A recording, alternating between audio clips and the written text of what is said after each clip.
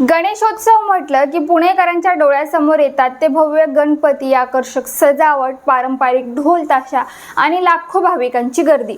पुण्याचा गणेशोत्सव आता केवळ महाराष्ट्रापुरता मर्यादित राहिलेला नाही, तर देश विदेशातील नागरिकांसाठीही तो आकर्षणाचा विषय बनला आहे। त्यामुळे या वैभवशाली परंपरेला आधुनिकतेची झळाळी देताना ध्वनी प्रदूषणाचा प्रश्नही तितक्याच गांभीर्याने पाहण्याची गरज आहे। गणेशोत्सवातील डीजे, डॉल्बी आणि मोठ्या आवाजातील लाऊडस्पीकर हा दरवर्षी चर्चेचा विषय ठरतो। गणेश मंडळांकडून सलग अनेक दिवस मोठ्या आवाजात साऊंड सिस्टीम वाजवल्या जातात। त्यानंतर विसर्जन मिरवणुकीत तर आवाजाची पातळी आणखी वाढते। एकापेक्षा एक मोठे डीजे, डॉल्बी आणि साऊंड सिस्टम लावण्याची स्पर्धाच अनेक ठिकाणी पाहायला मिळते। पण प्रश्न असा आहे की उत्सवाचा आनंद घेण्यासाठी एवढ्या मोठ्या आवाजाची खरंच गरज आहे का? मोठ्या आवाजाचा सर्वात थेट परिणाम आपल्या कानांवर होतो। मोठ्या आवाजाच्या सततच्या संपर्कामुळे कानात आवाज येणे, ऐकण्याची क्षमता कमी होणे, कान दुखणे किंवा श्रवणशक्तीला कायमस्वरूपी नुकसान होण्याचा धोका निर्माण होऊ शकतो। विशेषतः डीजेच्या स्पीकर्स पासून अगदी जवळ उभे राहणाऱ्या व्यक्तींना हा धोका अधिक असतो। मात्र परिणाम केवळ कानांपुरता मर्यादित राहत नाही। मोठ्या आवाजामुळे शरीरातील ताण वाढू शकतो, हृदयाची धडधड वाढणे, रक्तदाब वाढणे, अस्वस्थता, डोकेदुखी, चिडचिड आणि झोपेचा त्रास यांसारख्या समस्या निर्माण होऊ शकतात। आधीपासून हृदयविकार किंवा इतर आजार असलेल्या व्यक्तींना मोठ्या आवाजामुळे अधिक त्रास जाणवू शकतो। सर्वात महत्त्वाचं म्हणजे लहान मुलं आणि ज्येष्ठ नागरिक मोठ्या आवाजासाठी अधिक संवेदनशील असतात। लहान मुलांना झोप, अभ्यास आणि मानसिक शांततेवर परिणाम होऊ शकतो। ज्येष्ठ नागरिक, आजारी व्यक्ती आणि घरात उपचार घेत असलेले रुग्ण यांच्यासाठी सलग अनेक तासांचा मोठा आवाज अत्यंत त्रासदायक ठरू शकतो। गणेशोत्सवाच्या काळात अनेक मंडळे 10 ते 11 दिवस कार्यक्रम आयोजित करतात। त्यामुळे काही भागांमध्ये दिवसाचे अनेक तास ध्वनिक्षेपकांचा आवाज सुरू असतो। उत्सव काही तासांचा असला तरी त्याचा त्रास आजूबाजूच्या नागरिकांना अनेक दिवस सहन करावा लागतो। पुण्यातील नारायण पेठेसारख्या गर्दीच्या भागांमध्ये गणेशोत्सवाच्या काळात ध्वनी प्रदूषणाचा प्रश्न अधिक तीव्र होतो, अशी नागरिकांची तक्रार असते। अशा दाट लोकवस्तीच्या भागात आवाजाची तीव्रता आणि कालावधी यावर विशेष नियंत्रण ठेवण्याची गरज आहे। आणखी एक मुद्दा म्हणजे सार्वजनिक गणेशोत्सवातील काही कार्यक्रमांमध्ये मोठ्या आवाजाच्या डीजेवर अश्लील किंवा आक्षेपार्ह हावभाव करत नृत्य करण्याचे प्रकारही पाहायला मिळतात। उत्सवाच्या नावाखाली अशा प्रकारचं प्रदर्शन होत असेल तर त्याचा धार्मिक आणि सांस्कृतिक परंपरांशी कितपत संबंध राहतो हा प्रश्नही उपस्थित होतो। गणेशोत्सव हा भक्ती, सामाजिक एकोपा आणि सांस्कृतिक परंपरेचा उत्सव आहे।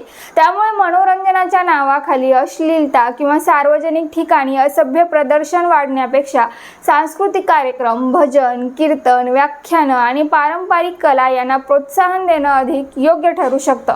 आता याच मुद्द्यावर सोलापुराचं उदाहरणही महत्त्वाचं ठरतं। सोलापुरातील गणेश विसर्जन मिरवणुकीत मोठ्या आवाजातील डीजे आणि डॉल्बीमुळे नागरिकांच्या शारीरिक आणि मानसिक आरोग्यावर परिणाम होत असल्याचा मुद्दा समोर आला होता। नागरिक, विशेषतः ज्येष्ठ नागरिक आणि इतर संघटनांनी मोठ्या आवाजातील डॉल्बी सिस्टीम आणि लेझर लाईटच्या वापराबाबत चिंता व्यक्त केली होती। काही प्रकरणांमध्ये डॉल्बीच्या प्रचंड आवाजामुळे कान आणि छातीशी संबंधित त्रास झाल्याच्या तक्रारी समोर आल्याचं सांगितलं गेलं। तसेच लेझर लाईट थेट डोळ्यांवर पडल्यामुळे डोळ्यांना इजा होण्याचा धोका व्यक्त करण्यात आला। विशेषतः लहान मुलं आणि ज्येष्ठ नागरिकांच्या डोळ्यांसाठी अशा तीव्र प्रकाशाचा धोका अधिक असू शकतो। यामुळे सोलापुरात डीजे मुक्त आणि लेझर लाईट मुक्त कार्यक्रम आयोजित करण्याची भूमिका पुढे आली। म्हणजेच उत्सवाचा उत्साह कायम ठेवूनही ध्वनी आणि प्रकाश प्रदूषणावर नियंत्रण ठेवण्याचा पर्याय शक्य आहे, हे सोलापूरने दाखवून दिलं। मग प्रश्न असा आहे, सोलापूर डीजे मुक्त उत्सवाचा विचार करू शकतं, तर पुण्यासारख्या सांस्कृतिक शहरात डीजे मुक्त गणेशोत्सव का होऊ शकत नाही? पुण्याचा गणेशोत्सव हा केवळ मनोरंजनाचा कार्यक्रम नाही, त्याला 100 वर्षांहून अधिक काळाची सामाजिक, सांस्कृतिक आणि धार्मिक परंपरा आहे। लोकमान्य टिळकांनी सार्वजनिक गणेशोत्सवाला सामाजिक एकजुटीचं माध्यम बनवलं। त्यामुळे या उत्सवाची ओळख केवळ मोठ्या आवाजाशी जोडण्याऐवजी त्याच्या सांस्कृतिक आणि पारंपरिक स्वरूपाला जपण्याची गरज आहे।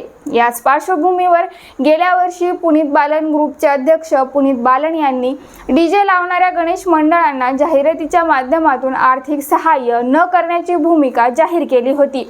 गणेशोत्सव पारंपरिक पद्धतीने आणि डीजे मुक्त साजरा व्हावा असा त्यामागचा संदेश होता। पुण्याच्या भाजपच्या राज्यसभा खासदार मेधा कुलकर्णी यांनीही मोठ्या आवाजाच्या डीजेला विरोध करत गणेश मंडळांना आवाजाची मर्यादा पाळण्याचं आवाहन बऱ्याचदा केलं आहे. त्यांनी आपल्या भूमिकेत सांगितलं की मोठा आवाज दीर्घकाळ ऐकावा लागल्यास त्याचा त्रास होतो.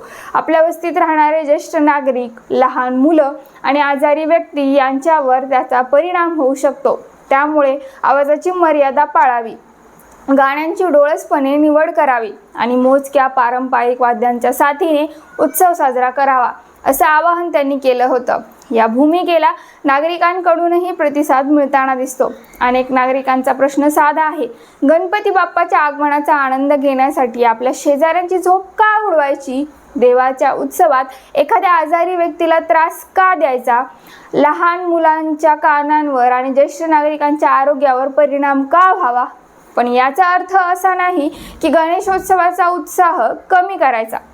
उलट प्रश्न असा आहे की डीजे बंद केला तर त्याला पर्याय काय? त्याचं उत्तर आपल्या संस्कृतीचंच आहे, ढोल ताशा. लेझर लाईट ऐवजी पारंपरिक रोषणाई, कर्कश डीजे ऐवजी ढोल ताशांचा ताल, अश्लील नृत्याऐवजी लेझिम, दिंडी, पारंपरिक नृत्य आणि सांस्कृतिक कार्यक्रम, कर्कश आवाजाऐवजी भक्तिगीत, भजन आणि गणेश आरती. गणेशोत्सवाचा जल्लोष कमी करण्याची गरज नाही, फक्त जल्लोषाची पद्धत बदलण्याची गरज आहे. ढोल ताशा ही पुण्याच्या गणेशोत्सवाची ओळख आहे. हजारो तरुण एकत्र येऊन शिस्तबद्ध पद्धतीने ढोल ताशा वाजवतात. तेव्हा निर्माण होणारा उत्साह ही प्रचंड असतो. मग त्या उत्साहासाठी डीजेची गरज तरी का? पुण्याचा गणेशोत्सव जगभरात ओळखला जातो, त्यामुळे आपण जगाला काय दाखवणार हा प्रश्नही महत्त्वाचा आहे. हजारो वॅटच्या स्पीकर्सचा कर्णकर्कश आवाज की शिस्तबद्ध ढोल ताशांचा पारंपरिक नाद?